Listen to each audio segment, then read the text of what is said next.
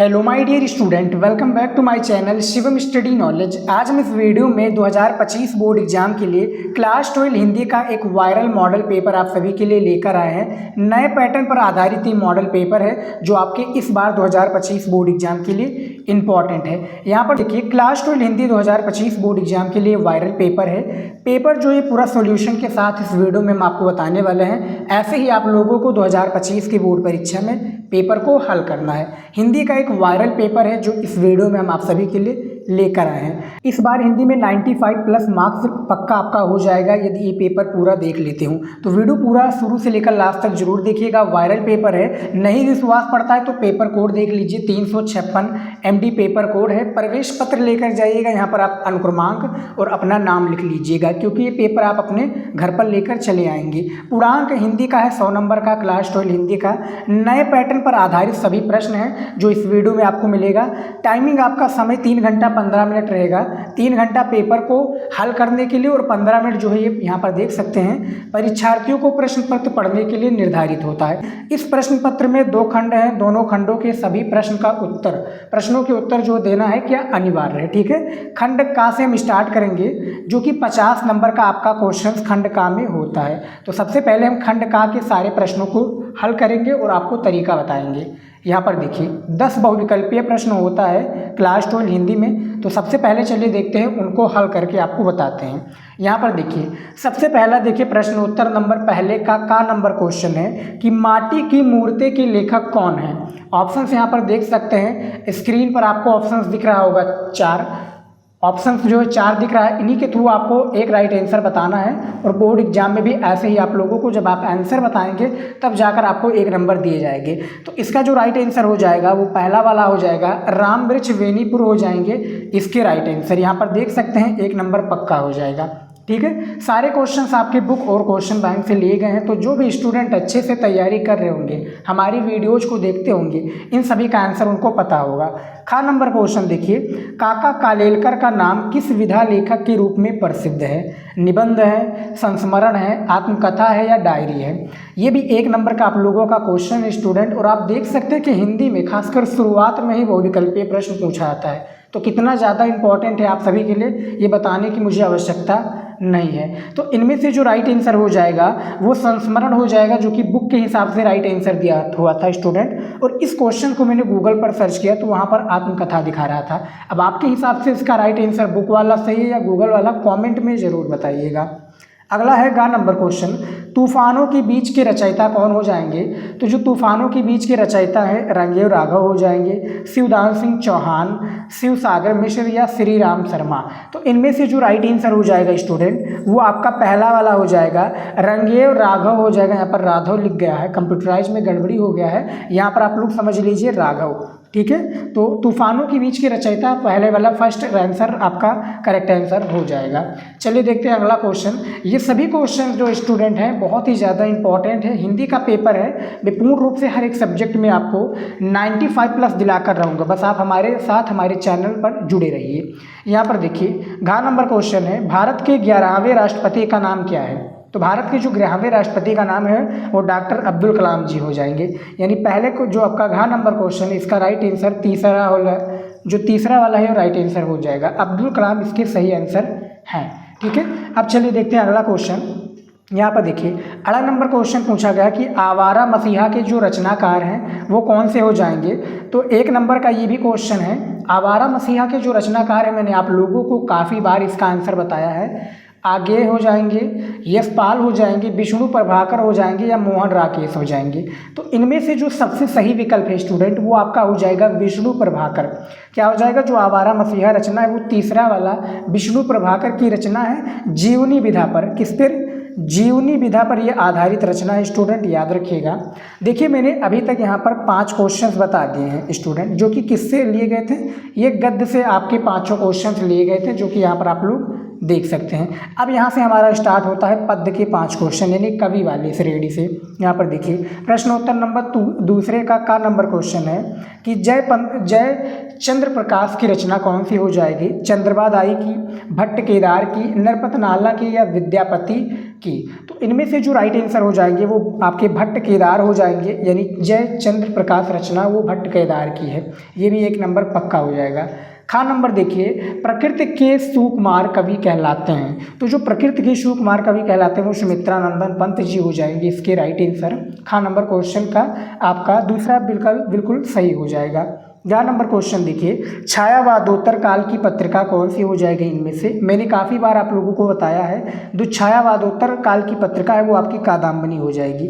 अब आप लोग कमेंट करके बताइए स्टूडेंट कि कादम्बनी के लेखक या कवि कौन हो जाएंगे। अभी मैंने इसका आंसर दिया है और आप लोगों को पता होगा इसका आंसर, तो कॉमेंट में आप लोग ज़रूर बताइए यदि आप लोग तैयारी कर रहे हैं और हिंदी का ये पेपर आप लोग हमारे साथ में हल कर रहे हैं तो। ठीक है, बोर्ड एग्जाम में हल करने का मैं बेहतरीन तरीका आपको बता रहा हूँ, ऐसे ही आप लोगों को हल करना है और ये सभी बताए गए जितने भी प्रश्न हैं आप लोगों को तैयार कर लेना है। घ नंबर क्वेश्चन है, एक भारतीय आत्मा कहे जाते हैं। तो जो एक भारतीय आत्मा कहे जाते हैं कौन हो जाएंगे? भूषण, सूर्यकांत त्रिपाठी निराला, केशव दास या माखनलाल चतुर्वेदी। तो एक भारतीय जो आत्मा कहे जाते हैं स्टूडेंट वो माखनलाल चतुर्वेदी जी हो जाएंगे, यानी तीसरा वाला इसका राइट आंसर हो जाएगा। अगला क्वेश्चन है यहाँ पर 8 नंबर, स्थूल के प्रति सूक्ष्म का विद्रोह के जो कवि हैं या लेखक है या किस युग की ये एक प्रकार से रचना है? तो ये भारतेंद्र युग की तो होगी नहीं, ठीक है, और ना आपका एक द्विवेदी युग का होगा, ना प्रगतिवाद युग का होगा, ये आपका छायावाद युग का हो जाएंगे। और जो स्थूल के प्रति सूक्ष्म के जो रचनाकार हैं वो डॉक्टर नागेंद्र हो जाएंगे। कौन हो जाएगा?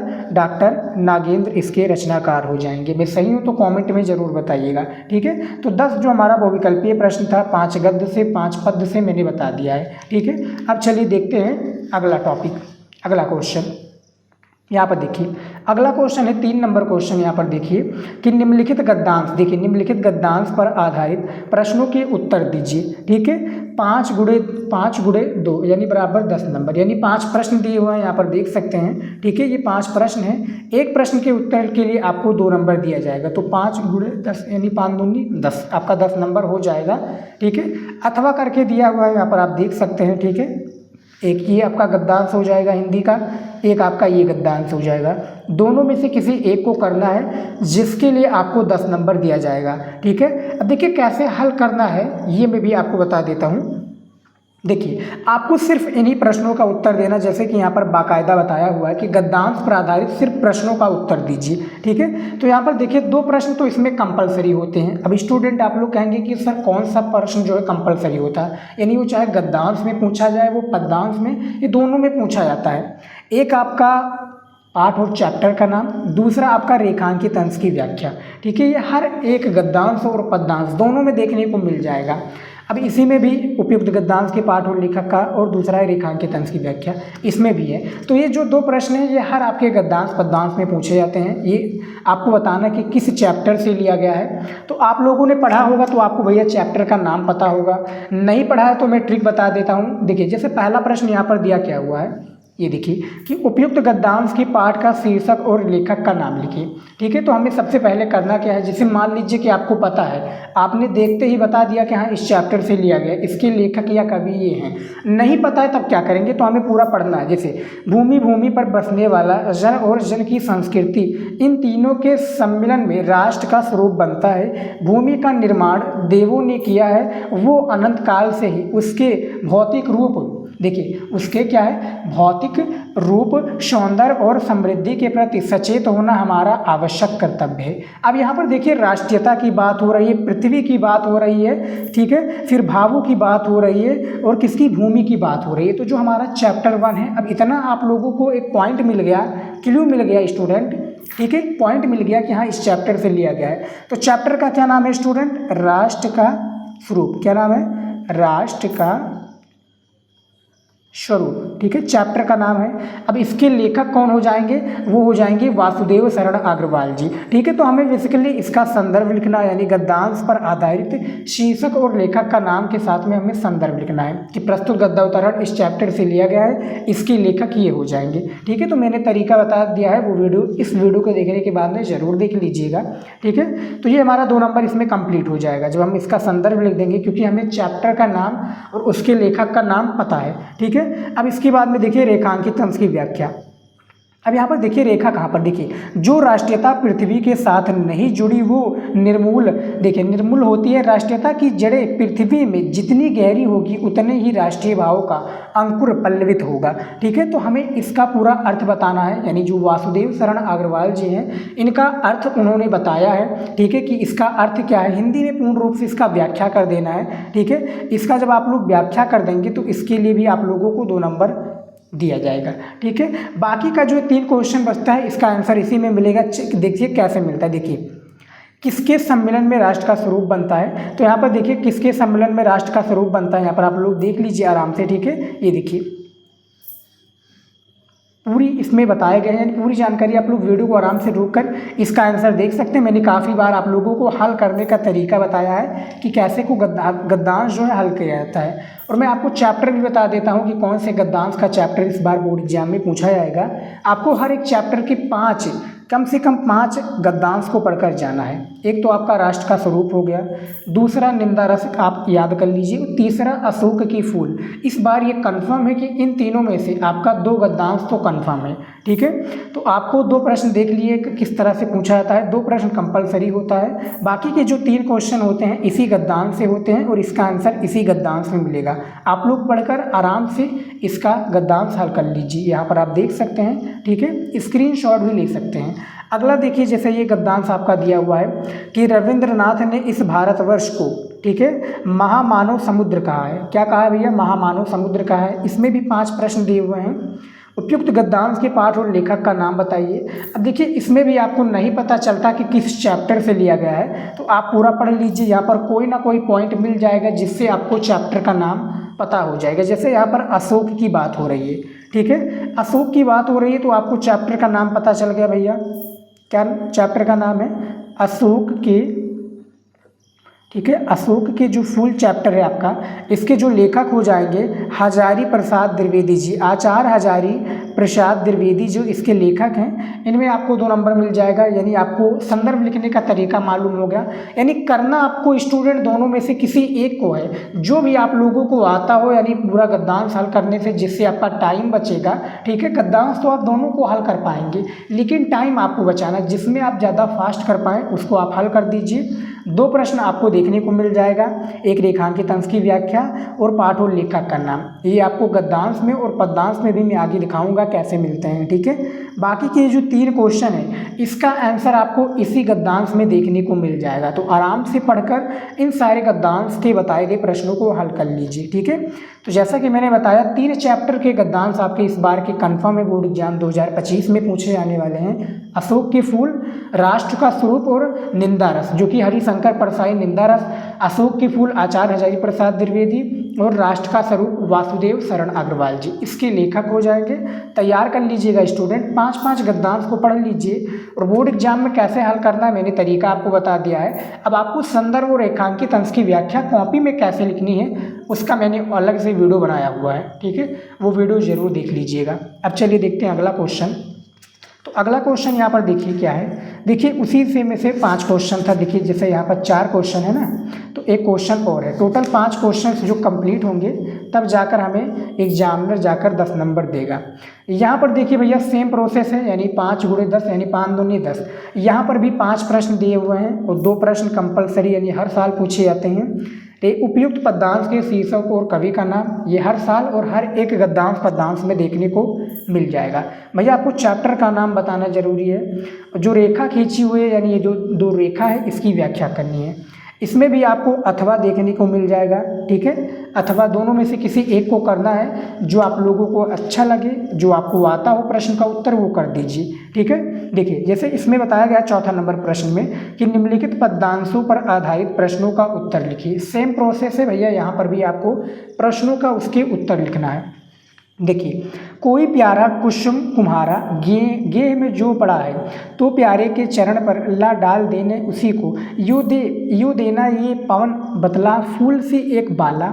ठीक है, मलना हो कमल पग को चूमना चाहती है। ठीक है, तो ये एक प्रकार से है जो कि हमें उपयुक्त पद्यांश के शीर्षक और कवि का नाम बताना है। ये कवि की श्रेणी में आ जाते हैं, तो इसके जो कवि हो जाएंगे वो हो जाएंगे अयोध्या सिंह उपाध्याय जी। ठीक है, ये किससे लिया गया, चैप्टर का नाम मैं बता देता हूँ, पवन दूत का, ठीक है, पवन दूत का।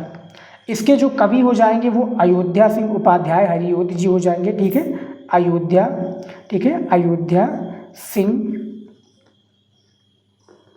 उपाध्याय हरियोध जी इसके कवि हो जाएंगे, ठीक है। तो आपको यहाँ पर भी 2 नंबर देखने को मिल जाएगा। रेखांकित अंश की व्याख्या खींची हुई है, यानी ये जो लाइनें खींची हुई है ना, इसी का हमें पूरा व्याख्या बताना है, इसका अर्थ बताना है, जो कि अयोध्या सिंह उपाध्याय जी ने इसका अर्थ बताया है। आप लोगों ने पढ़ा है तो आपको इसका अर्थ पता होगा, ठीक है। इसका भी मैंने वीडियो बताया हुआ है कि कैसे आप लोगों को जो है संस्कृत का पद्यांश को हल करना है, ठीक है।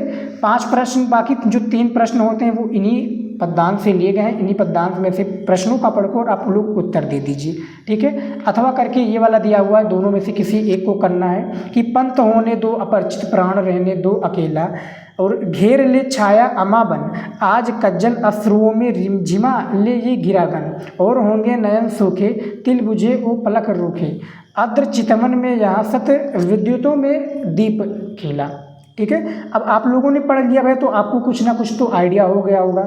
महादेवी वर्मा को आप लोगों को जीवन परिचय बोर्ड एग्जाम में पूछा जाता है, और यहाँ पर भी महादेवी वर्मा जी हो जाएंगे। चैप्टर का नाम है गीत 2, और इसके जो कवि हो जाएंगे वो महादेवी वर्मा जी हो जाएंगे, ठीक है। बोर्ड एग्जाम में इनका जीवन परिचय हाई स्कूल और इंटर दोनों में पूछा जाता है, ठीक है। तो इससे लिया गया आपका जो कि ये 2 क्वेश्चन था ना कि इसका उपयुक्त पद्यांश की शीर्षक और कवि का नाम लिखिए। तो शीर्षक का नाम है गीत 2 और इसके कवि का नाम है महादेवी वर्मा जी, ठीक है। ये आपको समझ में आ गया। रेखांकित अंश की व्याख्या कीजिए। जो ये रेखा खींची हुई है ना कि पंत होने दो अपरिचित और प्राण रहने दो अकेला, इसी का हमें पूरा अर्थ बताना है, ठीक है स्टूडेंट। तो इसका अर्थ आप लोग बुक और क्वेश्चन बैंक में देख लीजिएगा। मैंने हालांकि बता दिया है आप लोगों को पद्यांश और गद्यांश को हल करने का तरीका। मैं नीचे लिंक वीडियो में दे दूंगा, जाकर वो वीडियो जरूर देख लीजिएगा। नहीं तो आप लोग जो हमारा हिंदी का कॉपी वाला वीडियो है, मैंने कंप्लीट उसमें बताया कि कैसे कॉपी लिखी जाती है, कैसे आप लोगों को प्रश्न का उत्तर लिखना है, ठीक है। तो वो वीडियो जरूर देखिएगा।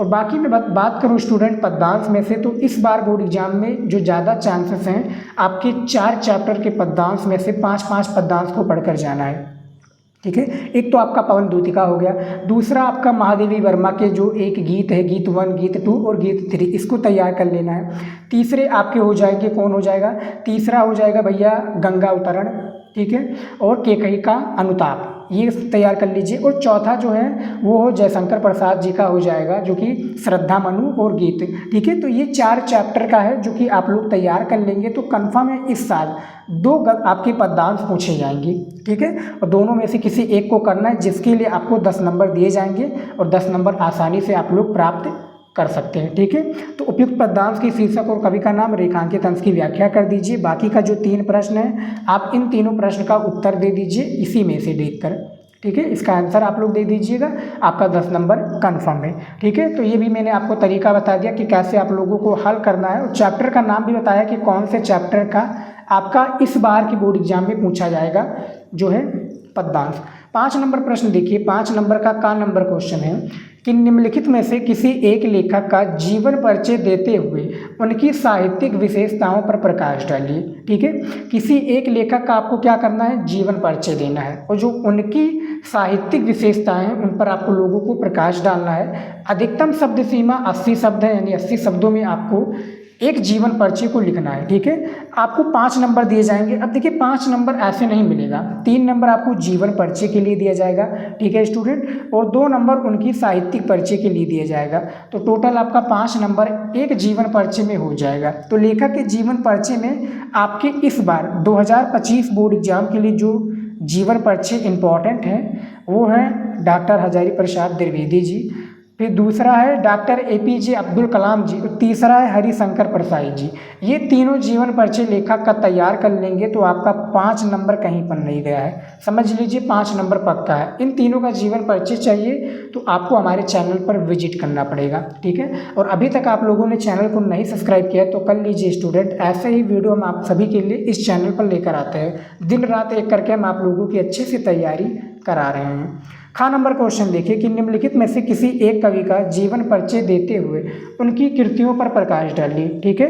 अधिकतम शब्द सीमा वही सेम प्रोसेस है गद्यांश पद्यांश की तरह, जिस तरह से उसमें 10 नंबर का आपका गद्यांश पूछा गया था, फिर 10 नंबर का पद्यांश, सेम इसी प्रकार से 5 नंबर का इसमें लेखक का जीवन परिचय, 5 नंबर कवि का, ठीक है। 3 नंबर जीवन परिचय और 2 नंबर इनकी कृतियों पर दे दिया जाएगा। कवि में आपके महादेवी वर्मा जी इंपॉर्टेंट है, सूर्यकांत त्रिपाठी निराला जी और जगन्नाथ दास रत्नाकर जी। ये तीनों जीवन परिचय को आप लोग तैयार कर लीजिएगा इस बार 2025 बोर्ड एग्जाम में। तो ये 100% आपके इस बार बोर्ड एग्जाम में पूछे जाने वाले हैं, ये गारंटी है मेरी। इसको तैयार कर लीजिएगा तीनों जीवन परिचय का, तो आपका एक ना एक तो कन्फर्म में आने वाला है। 6 नंबर क्वेश्चन में देखिए, कहानी कला के आधार पर बहादुर कहानी की समीक्षा कीजिए। ठीक है, अब आपका ये कहानी और ये हर साल आने वाला एक मोस्ट इंपॉर्टेंट टॉपिक है। ठीक है, ये नहीं कि ये आए ना, हर साल बोर्ड परीक्षा में ये पूछा जाता है 5 नंबर का। ठीक है, कहानी कला के आधार पर आपको बहादुर कहानी की समीक्षा यानी पूरा इसका व्याख्या करना है, सारांश बताना है स्टूडेंट, बस आप इतना समझ लीजिए।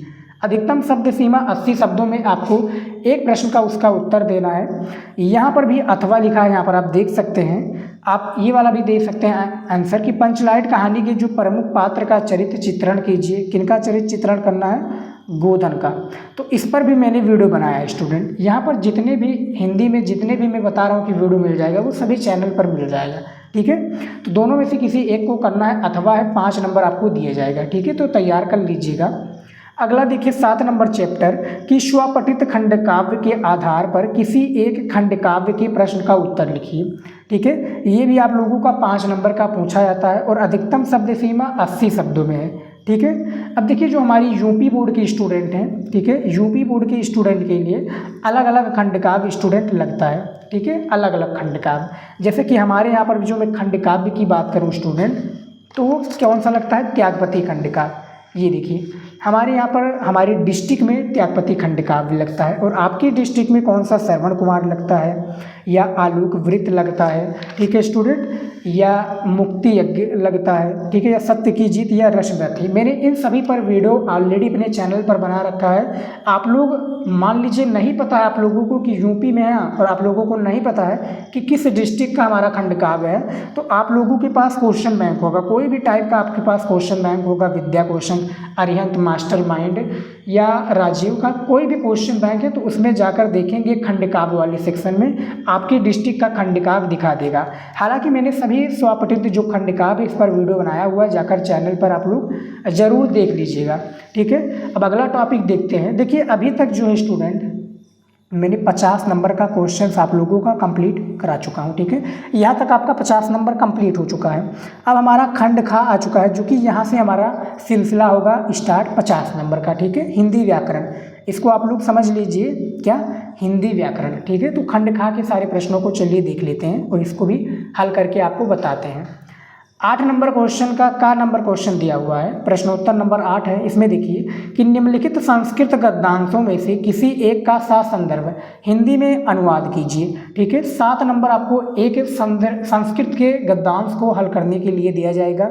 ठीक है, यहाँ पर देखिए संदर्भ यानी संदर्भ लिखने के लिए 2 नंबर दिया जाएगा। हिंदी में जब आप इसका अनुवाद करेंगे, ये संस्कृत में दिया हुआ है, इसका अनुवाद जब हिंदी में पूरा मीनिंग बता देंगे तब आपको 5 नंबर दिया जाएगा। तो टोटल 7 नंबर का आपका एक संस्कृत का गद्यांश होता है। यहाँ पर 2 गद्यांश दिए जाते हैं, जिस तरह से हिंदी में था ना, तो यहाँ पर भी दिए जाएंगे। दोनों में से जो भी आप लोगों को आता हो, जिसका आप अनुवाद कर पाएंगे, उसका आंसर दे दीजिएगा। देखिए जैसे कि ये धन्यो से भारत देश यत्र सम्मूल्य सती, फिर जनमान सपावनी। ठीक है, ये एक प्रकार से संस्कृत का गद्यांश है। चैप्टर का नाम आपका कौन सा हो जाएगा? चैप्टर का नाम जैसा कि यहाँ पर आप देख सकते हैं संस्कृत भाषा यहाँ महत्तम हो जाएगा। ठीक है, संस्कृत भाषायाम महत्तम। ठीक है, चैप्टर का नाम ये आपका हो जाएगा। ठीक है, संदर्भ आपको लिखने का तरीका हमने बता दिया है अपने चैनल पर, अभी भी मैंने वीडियो अपलोड किया है। ठीक है, सुबह वीडियो अपलोड किया है, जाकर वो देख लीजिएगा। उसमें मैंने बाकायदा बताया है कि कैसे आप लोगों को संस्कृत का गद्यांश और श्लोक को हल करना है। ठीक है, 2 दिए हुए हैं, आपको इसका हिंदी में अर्थ बताना है, दोनों में से किसी एक को करना है। और मैं बात करूं इस बार के बोर्ड एग्जाम में जो आपका संस्कृत का गद्यांश आएगा स्टूडेंट, तो तैयार कर लीजिएगा संस्कृत भाषायां महत्तम, महामाना मालवीय, और तीसरा आपका चैप्टर पंचशील सिद्धांता। ठीक है, और महर्षि जो दयानंद है, ये 4 चैप्टर तैयार कर लीजिएगा, आपके कंफर्म है। अब देखिए यहाँ पर देखिए सौर राष्ट्र प्रांत। ठीक है, ये किस चैप्टर से लिया गया है? तो महर्षि दयानंद। ठीक है, महर्षि दयानंद। ठीक है। महर्षि जो दयानंद आपका चैप्टर है इसको हटा दीजिएगा, ठीक है, ये मात्रा। महर्षि दयानंद जो चैप्टर है इससे लिया गया आपका ये संस्कृत का गद्यांश है, ठीक है। तो दोनों में से किसी एक को करना है तो आप लोग कर लीजिएगा। मैंने चैप्टर का नाम भी बता दिया है और अभी मैंने सुबह ही वीडियो अपलोड किया स्टूडेंट, तो जाकर आप लोग ज़रूर देख लीजिएगा इस वीडियो के बाद में, ठीक है। मैंने बाकायदा सारी चीज़ें बता दी हैं, जो आपको ज़रूरत है वो सारी चीज़ें मैं बता रहा हूँ, ठीक है। और आप लोगों को बोर्ड एग्जाम में पेपर को ऐसे हल करना है, ठीक है। जैसा कि मैंने आपको निर्देश में बताया था 15 मिनट पेपर को अच्छे से पढ़ना है, तो वो ज़रूर आप लोग फॉलो कीजिएगा। अच्छे से जब आप पढ़ लेंगे तो आपको पता हो जाएगा कि कौन सा प्रश्न का उत्तर आता है, कौन सा नहीं आता है, सारी चीज़ें आपका क्लियर हो जाएगा 15 मिनट में, ठीक है। तो मैंने वीडियो बनाया हुआ है, वो देख लीजिएगा। कॉपी वाला हिंदी की कॉपी कैसे लिखते हैं वो वीडियो ज़रूर देखिएगा। हाँ, नंबर देखिए कि निम्नलिखित संस्कृत श्लोक में से किसी एक का संदर्भ सहित हिंदी में अनुवाद कीजिए। सेम प्रोसेस है संस्कृत के गद्यांश की तरह। यहाँ पर भी आपको 7 नंबर दिया जाएगा, 2 नंबर दिया जाएगा इसका आपको संदर्भ लिखने के लिए, ठीक है, और 5 नंबर आपको दिया जाएगा इसका हिंदी में अनुवाद करने के लिए, ठीक है। यानी इसमें देखिए छोटा छोटा होता है। देखिए जैसे ये चैप्टर का नाम हो जाएगा आपका ऋतु वर्णनम, ठीक, क्या हो जाएगा, जो ऋतु वर्णनम नया चैप्टर हुआ है साहित्यिक हिंदी में, नया चैप्टर ये ऐड हुआ है स्टूडेंट इस बार के बोर्ड एग्जाम में, 2024 के बोर्ड एग्जाम में। ऋतु वर्णनम जो चैप्टर है हेमंत, ठीक है, उससे लिया गया आपका ये पहला वाला जो है श्लोक है, ठीक है। इसका आपको संदर्भ लिखना है। दोनों तरीका अलग होता है, मैंने वीडियो बनाया तो उसमें जाकर देख लीजिएगा, ठीक है। इस बार के मैं श्लोक में बात करूँ तो कौन सा चैप्टर इंपॉर्टेंट है आपका ऋतु वर्णनम, ठीक है, नया ऐड हुआ तो इस बार आएगा। सुभाषित रत्नान, इससे तो हर साल बोर्ड एग्जाम में पूछा जाता है। तीसरा है निपत दिलीप। तो ये 3 चैप्टर के श्लोक को आप लोग 5-5 श्लोक भी तैयार कर लेंगे इंपॉर्टेंट श्लोक को, तो आपका 7 नंबर कहीं पर नहीं गया, समझ लीजिए फिक्स है, ठीक है। यहाँ पर भी अथवा दिया हुआ है, दोनों में से किसी एक को करना है, नहीं तो आप ये वाला कर सकते हैं जो कि चैप्टर का नाम है, क्या नाम है, निपत दिलीप, ठीक है। इस चैप्टर से आपका ये लिया गया एक संस्कृत का श्लोक है, ठीक है। इसमें आपको संदर्भ बताना है और इसका हिंदी में अर्थ बता देना है। हिंदी में जब आप अर्थ बता देंगे 7 नंबर आपका फिक्स हो जाएगा, ठीक है स्टूडेंट। तो ये भी मैंने बता दिया है कि किस चैप्टर से लिया गया है, मैंने तरीका भी बताया है और कैसे हल करना है, कॉपी में कैसे हल करना है वीडियो चैनल पर मिल जाएगा, ठीक है। 9 नंबर क्वेश्चन देखिए कि निम्नलिखित प्रश्नों में से किन्हीं 2 प्रश्न का उत्तर लिखिए। यानी कोई प्रश्न है, इसकी प्रश्नों में से 2 प्रश्नों का उत्तर संस्कृत में देना है, ठीक है। एक प्रश्न के उत्तर के लिए हमें 2 नंबर दिया जाएगा, तो 2 प्रश्न का उत्तर देंगे तो 4 नंबर कंफर्म हो जाएगा।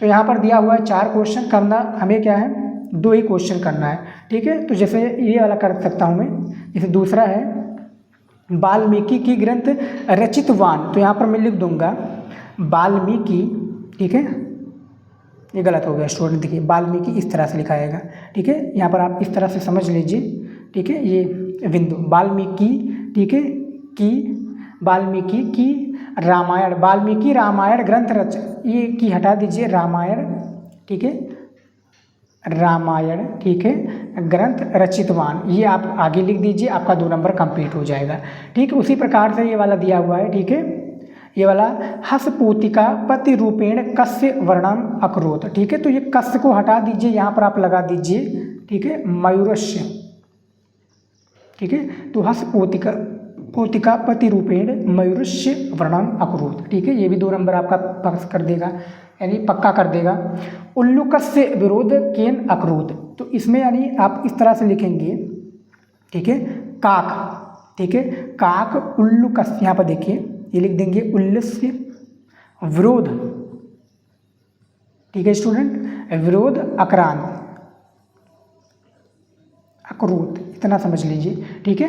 तो ये 3 क्वेश्चन का आंसर दे दिया, करना आपको 2 ही है। और आप लोगों का जो चैप्टर का ये संस्कृत का जो प्रश्न पूछा जाता है, इन्हीं 2 चैप्टर से पूछा जाता है। संस्कृत भाषायाम महत्वम, ठीक है, भोजस्व उदार्यम, पंचशील सिद्धांता, जातक कथा, महर्षि दयानंद, महामना मालवीय, इन्हीं चैप्टर से प्रश्नों को पूछा जाता है, तो तैयार कर लीजिएगा। अगला टॉपिक है 10 नंबर क्वेश्चन है कि 10 नंबर का नंबर क्वेश्चन देखिए कि श्रृंगार रस अथवा हास रस के स्थायी भाव के साथ उसकी परिभाषा उदाहरण सहित लिखिए, ठीक है। अथवा यहाँ पर आप देख सकते हैं, ठीक है, 2 नंबर आपको दिया जाएगा, 1 नंबर आपको दिया जाएगा उसकी परिभाषा के लिए, 1 नंबर जब आप उसका उदाहरण लिखेंगे। तो आपको करना दोनों में से किसी एक को है, ठीक है, कोई एक प्रश्न का उत्तर लिखिए जो आपको आता हो वो कर दीजिए, आपको 1-2 नंबर दे दिया जाएगा। ठीक है, ये आपका रस से प्रश्न पूछा गया है। ख नंबर क्वेश्चन है यमक अलंकार अथवा, ठीक है, रूपक अलंकार का लक्षण उदाहरण सहित लिखिए। ठीक है, सेम प्रोसेस है, परिभाषा का 1 नंबर और 1 नंबर आपको दिया जाएगा उदाहरण का, तो 2 नंबर इसमें भी फिक्स हो जाएगा। ग नंबर में है सोरठा अथवा रोला छंद का लक्षण एवं उदाहरण दीजिए। ठीक है, ये छंद का क्वेश्चन पूछा गया है, तो इसमें भी सेम प्रोसेस है, 1 नंबर आपको परिभाषा का और 1 नंबर जब आप उदाहरण देकर मात्रा लगाएंगे तब जाकर आपको 2 नंबर दिया जाएगा। तो ये जो तीनों टॉपिक है स्टूडेंट, रस, ठीक है, छंद और अलंकार, ठीक है, ये जो तीनों टॉपिक है इस पर मैंने वीडियो बना दिया है, एक डेडिकेटेड वीडियो बनाया है जो कि तीनों टॉपिक को एक ही वीडियो में कवर किया है। 6 नंबर मिल जाएगा आपको, चैनल पर जाइए देख लीजिए, रस छंद अलंकार। ठीक है, पूरी चीज़ें मेरी जानकारी में बताई हैं और कौन सा आपके इस बार बोर्ड एग्जाम में आएगा यहाँ पर देख सकते हैं, पूरी चीज़ें हमने उस वीडियो में बताया हुआ है। ठीक है, कैसे हल करना है, कैसे आपको मात्रा लगाना है, प्रश्न का उत्तर कैसे लिखना है, उदाहरण कैसे देना है, तो जाकर वो वीडियो ज़रूर देख लीजिएगा। 11 नंबर क्वेश्चन देखिए यहाँ पर स्टूडेंट कि निम्नलिखित में से किसी एक विषय पर निबंध लिखिए, यानी कोई एक विषय, किसी एक टॉपिक पर हमें निबंध लिखना है। ठीक है, 9 नंबर दिया जाएगा हमें निबंध लिखने के लिए। ठीक है, 2 नंबर दिया जाएगा स्टूडेंट इंट्रोडक्शन के लिए, यानी उसका जब हम प्रस्तावना लिखेंगे। 7 नंबर दिया जाएगा उसकी विशेषताएं के बारे में, उसका, ठीक है, उसके पूरे अर्थ के बारे में। जैसे इस बार जो हमारे 2025 की बोर्ड एग्जाम के लिए इम्पॉर्टेंट है निबंध, सबसे पहला है राष्ट्रभाषा हिंदी का भविष्य, ये आपका निबंध इम्पॉर्टेंट है। दूसरा है पर्यावरण प्रदूषण की समस्या और समाधान, ये दूसरा इम्पॉर्टेंट निबंध है। तीसरा है जातिवाद की समस्या और उसके समाधान या और समाधान, ठीक है। और चौथा है विद्यालय में स्वास्थ्य शिक्षा, ठीक है। तो ये जो चारों आपका निबंध है स्टूडेंट, ठीक है, ये चारों निबंध को आप लोग तैयार कर लीजिए। आप लोगों का जो 9 नंबर है ये आपका बिल्कुल पक्का हो जाएगा। 250 शब्दों में आपको लिखना है। इन सभी के बारे में, इन सभी टॉपिक के बारे में निबंध आपको हमारे चैनल पर मिल जाएगा, तो जाकर देख लीजिएगा, ठीक है। अब चलिए देखते हैं अगला क्वेश्चन के बारे में। यहाँ पर देखिए 12 नंबर का नंबर क्वेश्चन है। इसमें पहला क्वेश्चन पूछा गया है कि पवित्रम का संध विच्छेद क्या होगा। तो 1 नंबर का क्वेश्चन है, तो पवित्रम का जो सही संध विच्छेद हो जाएगा स्टूडेंट, वो आपका कौन सा हो जाएगा, वो आपका हो जाएगा पोधन इत्रम, यानी आपका खा वाला बिल्कुल राइट आंसर हो जाएगा, जो कि पवित्रम का संध विच्छेद होगा, ठीक है। दूसरा प्रश्न है नायक का संध विच्छेद होगा, तो जो नायक का सही संध विच्छेद हो जाएगा वो आपका कौन सा हो जाएगा, वो हो जाएगा आपका नेधन इका, ठीक है। ये भी आपका हर साल संध विच्छेद आता है। 3 नंबर का आपका एक नंबर का 3 क्वेश्चन आता है संध विच्छेद का, तैयार कर लीजिएगा। तीसरा क्वेश्चन है हरीशचंद्र में संधि कौन सा होगा, स्वर संधि, व्यंजन संधि, दीर्घ संधि या विसर्ग संधि। तो हरीशचंद्र में जो संधि होगी स्टूडेंट वो कौन सी हो जाएगी, वो विसर्ग संधि हो जाएगी, यानी खा वाला आपका राइट आंसर हो जाएगा, ठीक है। खा नहीं, यहाँ पर गा हो जाएगा। यहाँ पर ऑप्शंस में कंप्यूटर में गड़बड़ी हो गई स्टूडेंट, ठीक है। तो विसर्ग संधि इसमें से राइट आंसर हो जाएगा, जो कि हरीशचंद्र का राइट आंसर है, ठीक है, हरीशचंद्र संधि, ठीक है। तो इसको तैयार कर लीजिएगा। खा नंबर क्वेश्चन है कि निम्नलिखित में से किसी एक पद का विग्रह करके समास का नाम लिखिए, ठीक है। आपको 2 नंबर दिया जाएगा। इन तीनों में से किसी एक का आपको क्या करना है, समास विग्रह करना और उस समास का नाम लिखना है। जैसा कि मैं सज्जन वाला करके आपको दिखा देता हूँ, यहाँ पर मैं लिख देता हूँ समास विग्रह, ठीक है, समास विग्रह, ठीक है।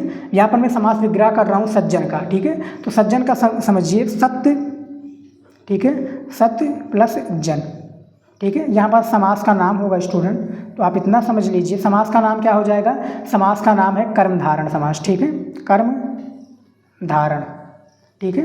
तो इन तीनों में से किसी एक को करना है। ये समास विग्रह हमारा हो गया, समास सत्यजन, और इस समास का नाम कर्मधारण समास। तो 2 नंबर हमारा इसमें भी पक्का हो जाएगा। इसमें आपका इस तरह से भी प्रश्न आता है और ऑब्जेक्टिव के, यानी जिस तरह से संधि आपका पूछा गया है इस तरह से भी बोर्ड एग्जाम में प्रश्न पूछे जाते हैं।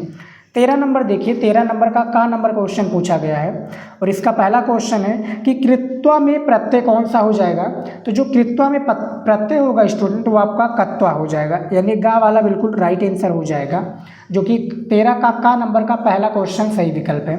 दूसरा क्वेश्चन है कि बुद्धिमान में प्रत्यय कौन सा हो जाएगा? तो मतुप तो होगा नहीं, तबीयत नहीं होगा, तल नहीं होगा, तो वतुप नहीं होगा, तो क्या होगा भैया? इनमें से तो एक कंफर्म है। तो इसमें से जो राइट आंसर हो जाएगा वो आप लोगों का हो जाएगा मतुप हो जाएगा। जो बुद्धिमान में प्रत्यय है वो मतुप है। ठीक है, तो प्रत्यय आपका 2 पूछा जाता है एक नंबर का, तो इसको भी आप लोग तैयार कर लीजिएगा।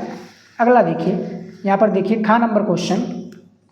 ठीक है, खा नंबर क्वेश्चन देखिए क्या है कि रेखांकित पदों में से किसी एक पद में विभक्ति तथा संबंधित नियम का उल्लेख कीजिए। ठीक है, 2 नंबर दिया जाएगा कि नहीं, एक पद का आपको संबंधित नियम लिखना है, 3 दिए हुए हैं। ठीक है, आपको क्या करना है, इसका नियम यानी सूत्र बताना है, उसकी विभक्ति का नाम लिखना है, जिस तरह से समास विग्रह में मैंने किया है। ठीक है, तो जैसे भी ये कृष्ण परित गाँव संति, तो इसमें क्या है, कृष्ण मैं लिख देता हूँ इसका अर्थ। ठीक है, क्या है, कृष्ण के सब ओर, कृष्ण के सब ओर गायें हैं। ठीक है, कृष्ण के सब ओर क्या भैया, गायें हैं। ठीक है, तो ये हो गया। अब इसका देखिए जो इसका विभक्ति हो जाएगा वो आपका द्वितीय विभक्ति हो जाएगा। जो पहला क्वेश्चन है इसका द्वितीय विभक्ति हो जाएगा। ठीक है, ये विभक्ति हो गया। इसमें नियम पूछा गया तो इसका जो नियम हो जाएगा यानी सूत्र हो जाएगा वो हो जाएगा अभिता। ठीक है, अभिता। ठीक है, अभिता, परिता। ठीक है, समया,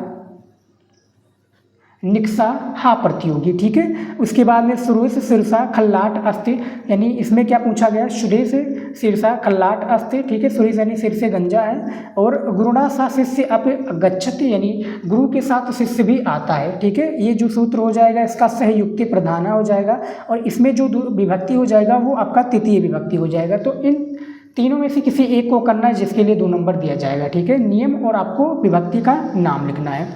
अगला है हमारा लास्ट टॉपिक, 14 नंबर क्वेश्चन है कि निम्नलिखित में से किसी एक पत्र का प्रारूप के साथ उदाहरण लिखिए। ठीक है, अब आपका नया टॉपिक साहित्यिक हिंदी में ऐड हुआ है। 8 नंबर का पत्र पूछा जाता है, किसी एक पत्र का आपको प्रारूप लिखना है। जैसे का वाला है कार्यालय पत्र के बारे में आप लिख सकते हैं, खा नंबर है व्यक्तिगत पत्र के बारे में भी आप लिख सकते हैं, या गा नंबर व्यवसायिक पत्र के बारे में। ठीक है, तो आपको तीनों में से किसी एक पत्र के बारे में किसी एक विषय पर आपको जो है पत्र लेखन लिखना है। व्यवसायिक पत्र व्यवसाय से रिलेटेड, व्यक्तिगत यानी अपने व्यक्ति से रिलेटेड। ठीक है, कार्यालय पत्र यानी कोई कार्य कर रहे हैं, गवर्नमेंट का सरकारी कोई भी कार्यालय पत्र उससे भी रिलेटेड हो सकता है। ठीक है, तो ये आपका पत्र लेखन है। तो पूरा जो हमारा स्टूडेंट हिंदी का पेपर था ये पूरा मैंने पेपर आप लोगों को सॉल्व करके बता दिया। हिंदी का ये पेपर है। ठीक है, जो भी स्टूडेंट इस बार 2025 में पेपर देने वाले हैं और इस वीडियो को कंप्लीट देखे होंगे उनका इस बार तो कंफर्म है 95% कोई नहीं काट सकता,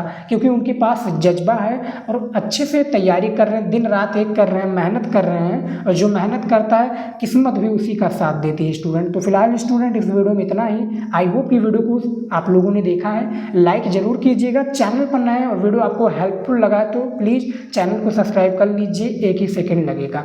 स्टूडेंट तो मिलता है नेक्स्ट वीडियो में नए टॉपिक के साथ, नए वीडियो पे। जय हिंद।